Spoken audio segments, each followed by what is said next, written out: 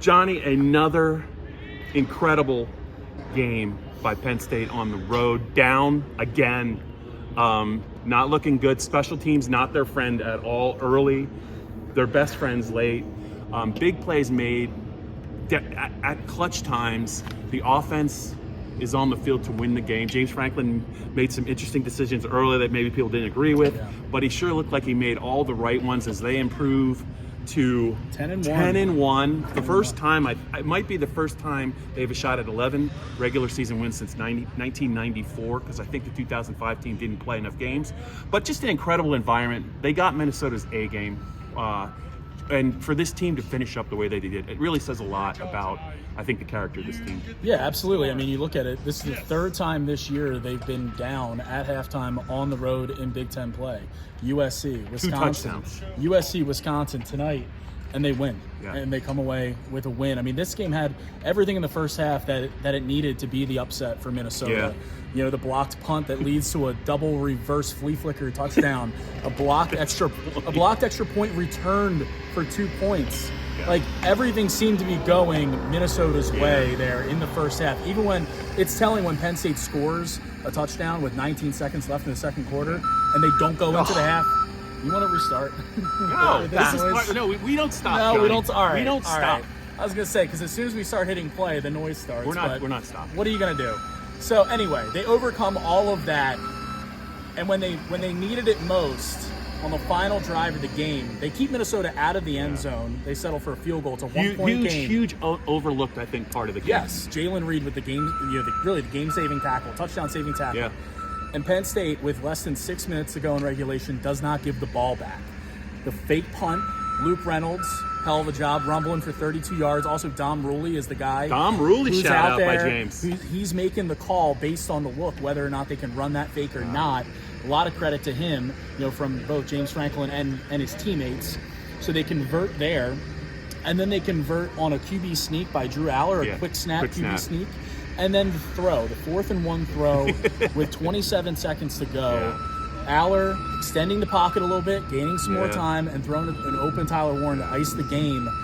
A show of confidence from the coaching staff and these players, and a sign that these guys know how to win, know how to close out a game. Yeah. 2 things just to add. So they lose Anthony Donko on the second snap. Yes. There were some adjustments. Drew got hit a lot. They made the corrections. And then you mentioned, so on Luke Reynolds' fake punt, James was asked about it. Initially, Minnesota had their defense on the field. I think there was a timeout, but they switched when Penn State decided to kick, and they put their punt coverage team on the field. And I think that set in motion to go with the call that James Franklin made by Dom. I think if the defense stays on the field, though, they're going to kick it.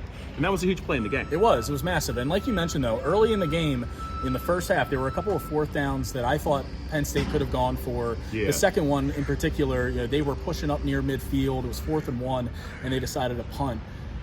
I was like, I don't know about that one, James. Not sure. And then in the second half, though, in the final drive of the game, you convert 3 4th downs in different ways each time. And I thought it showed, like I talked about, a show of confidence, not just to run the ball, not to be conservative on 4th and 1 at the end there, to go play action pass. Your first read, Nick Singleton was out of the backfield. He was covered. That wasn't there. Drew buys some more time and finds Tyler Warren, who had 8 catches for 102 yards. Yeah, just a ho-hum day for old Tyler Warren. 8 for 102. Just another day at the office for Tyler Warren. He doesn't find the end zone, but he does ice the game for this team that is now 1 win away against Maryland next week to punching its ticket to the college football playoff and probably a home playoff game in the first round, at Beaver Stadium. Here's one more thing I want to say to you, Johnny McGonigal, to you, Joe Hermit, who's taking this video, and to all the Penn State fans. I swear, if you would have told me before the game that Penn State would win this game by converting 1 of 11 third down chances, 1 of 11 on the road, I would have bet you all the money in my pocket, and that's like $13. That's how sure I was they were going to lose this game. It is phenomenal that they can go 1 for 11 on third down, have those kind of special teams mistakes, and still have the resolve to win a game. It's really, in my mind, when you talk about this season, this might be the game that I remember the most, because that's really, really hard to do. One thing to add, Zane Durant, 2.5 Yeah. tackles for loss. Talk to him. It felt like a hell of a lot Yeah. more. He was all over the field, a game wrecker on the interior Yes. defensive line. He's been great all year. Yep. He was at his best tonight, and he needed to be, and did a great job in limiting Minnesota. It was just a great performance by him. Yeah.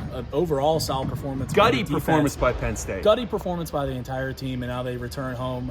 And an outside chance at going to the Big Ten title game, Bob. If Michigan pulls the upset over Ohio State, I think Ryan Day might get fired. But also, if they win and Penn State beats Maryland, Penn State's going to the Big Ten Yeah, title game. what does Jim Carrey say in that movie? So you're saying there's a chance. That's how Penn State should look at it.